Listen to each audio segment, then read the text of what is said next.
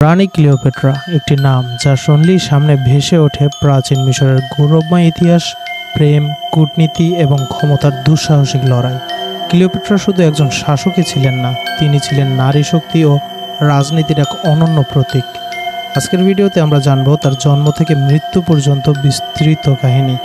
সাথে তুলে ধরা হবে তার জীবনের এমন কিছু দিক যা আপনারা জানলে অবাক হবেন। ক্লিওপেট্রার জন্ম ও শৈশব। রানী ক্লিওপেট্রার জন্ম হয়েছিল 69 খ্রিস্টপূর্বে প্রাচীন মিশরের আলেকজান্দ্রিয়ায়। তিনি টলেমি রাজবংশের অন্তর্ভুক্ত ছিলেন, যা ছিল গ্রিক বংশোদ্ভূত। টলেমি রাজবংশ 323 খ্রিস্টপূর্বে আলেকজান্ডার দ্য গ্রেটের মৃত্যুর পর মিশরের শাসনভার নিয়েছিল। ক্লিওপেট্রা ছিলেন টলেমি দ্বাদশের কন্যা।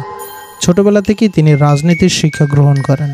তার এক অসাধারণ দিক ছিল তিনি 7টি ভাষায় কথা বলতে পারতেন, যার মধ্যে ছিল গ্রিক, মিশরীয়, হিব্রু এবং লাতিন। মিশরীয় সংস্কৃতির প্রতি তার শ্রদ্ধা এবং মাতৃভাষায় কথা বলার দক্ষতা তাকে সাধারণ মানুষের কাছেও জনপ্রিয় করে তুলেছিল। ক্ষমতার লড়াই। 51 খ্রিস্টপূর্বে টলেমি দ্বাদশের মৃত্যুর পরে ক্লিওপেট্রা মাত্র 18 বছর বয়সে তার 10 বছর বয়সী ভাই টলেমি ত্রয়োদশের সঙ্গে যৌথভাবে মিশরের সিংহাসনে বসেন। তবে যৌথ শাসন ছিল একটি লোক দেখানো ব্যবস্থা। ক্লিওপেট্রা প্রকৃতপক্ষে এককভাবে শাসন করতে চাইতেন। ভাইয়ের সঙ্গে ক্ষমতার দ্বন্দ্ব শুরু হলে ক্লিওপেট্রা মিশর থেকে নির্বাসিত হন, কিন্তু তিনি সহজে হাল ছাড়ার মানুষ ছিলেন না। নির্বাসনে থাকাকালীন তিনি রোমান সাম্রাজ্যের সম্রাট জুলিয়াস সিজারের সাহায্য নেওয়ার পরিকল্পনা করেন। জুলিয়াস সিজারের সঙ্গে সাক্ষাৎ। ক্লিওপেট্রা সিজারের মনোযোগ আকর্ষণের জন্য এক অভিনব উপায় বের করেন। তিনি নিজেকে একটি গালিচার মধ্যে লুকিয়ে সিজারের কাছে নিয়ে যান। এই সাহসিকতা এবং বুদ্ধি সিজারকে মুগ্ধ করে। সিজারের সাহায্যে ক্লিওপেট্রা তার সিংহাসন পুনরুদ্ধার করেন। তিনি মিশরের একক শাসক হন এবং তার ভাই টলেমি ত্রয়োদশ পরবর্তীতে রহস্যজনকভাবে মৃত্যুবরণ করেন। সিজারের সঙ্গে ক্লিওপেট্রার প্রেমের সম্পর্ক তৈরি হয়, যা ছিল তৎকালীন বিশ্বের অন্যতম আলোচিত ঘটনা। তাদের একটি সন্তান হয়, যার নাম রাখা হয় সিজারিয়ন। তবে সিজারের হত্যাকাণ্ড তাদের সম্পর্কের সমাপ্তি ঘটায়। মার্ক অ্যান্টনির সঙ্গে সম্পর্ক। সিজারের মৃত্যুর পর রোমান সাম্রাজ্যের ক্ষমতা বিভক্ত হয়ে যায়। এই সময়ে ক্লিওপেট্রা মার্ক অ্যান্টনির সঙ্গে একটি কৌশলগত জোট গঠন করেন। তাদের সম্পর্ক প্রেমের রূপ নেয়।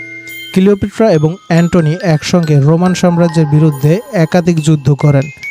তারা একটি অসাধারণ সামরিক এবং রাজনৈতিক শক্তি হয়ে ওঠেন। তবে এই সম্পর্ক রোমে সম্রাট অক্টিভিয়ানের সঙ্গে শত্রুতার সৃষ্টি করে। ক্লিওপেট্রা এবং অ্যান্টনি রোমান শক্তির বিরুদ্ধে যুদ্ধ করার জন্য প্রস্তুতি নেন। অক্টিয়ামের যুদ্ধ।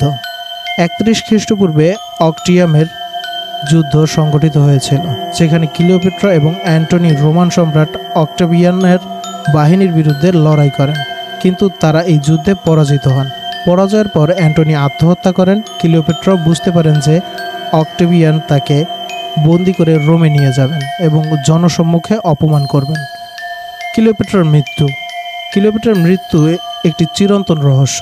সবচেয়ে জনপ্রিয় গল্পটি হলো তিনি একটি বিষাক্ত সাপের কামড়ে আত্মহত্যা করেছিলেন।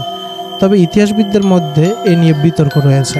তার মৃত্যুর সঙ্গে সঙ্গে টলেমি রাজবংশের অবসান ঘটে এবং মিশর রোম সাম্রাজ্যের অধীনস্থ হয়ে যায়। এবার আসুন ক্লিওপেট্রার বুদ্ধিমত্তা ও তার সম্পর্কে কিছু চমকপ্রদ তথ্য জানি। ক্লিওপেট্রা তার বুদ্ধি এবং ব্যক্তিত্ব দিয়ে বিশ্ব রাজনীতিকে প্রভাবিত করেছিলেন। তিনি নিজেকে দেবী আইসিসের অবতার হিসেবে উপস্থাপন করেছিলেন। তার সৌন্দর্যের চেয়ে বুদ্ধি এবং কূটনীতিক দক্ষতা তাকে বেশি বিখ্যাত করেছিল। তিনি মিশরের অর্থনীতিকে শক্তিশালী করতে গুরুত্বপূর্ণ ভূমিকা পালন করেছিলেন। ক্লিওপেট্রা এবং অ্যান্টনির জীবন ছিল শেক্সপিয়ারের বিখ্যাত নাটক অ্যান্টনি অ্যান্ড ক্লিওপেট্রা এর মূল অনুপ্রেরণা। তিনি প্রথম মিশরীয় শাসক যিনি নিজে মিশরীয় ভাষায় কথা বলতেন। তার নৌবাহিনী ছিল বিশ্বের অন্যতম শক্তিশালী নৌবাহিনীদের ভিতরে অন্যতম। পরিশেষে বলা যায়, রানী ক্লিওপেট্রার জীবন ছিল রহস্যে ঘেরা। তার কৌশল, বুদ্ধিমত্তা এবং নেতৃত্ব ইতিহাসে তাকে এক অনন্য স্থান দিয়েছে। তার জীবন থেকে আমরা শিখতে পারি কিভাবে আত্মবিশ্বাস, বুদ্ধি এবং ধৈর্য দিয়ে প্রতিকূলতাকে জয় করা যায়। আপনাদের কি মনে হয়, ক্লিওপেট্রা কোন দিকটি সবচেয়ে মুগ্ধকর ছিল?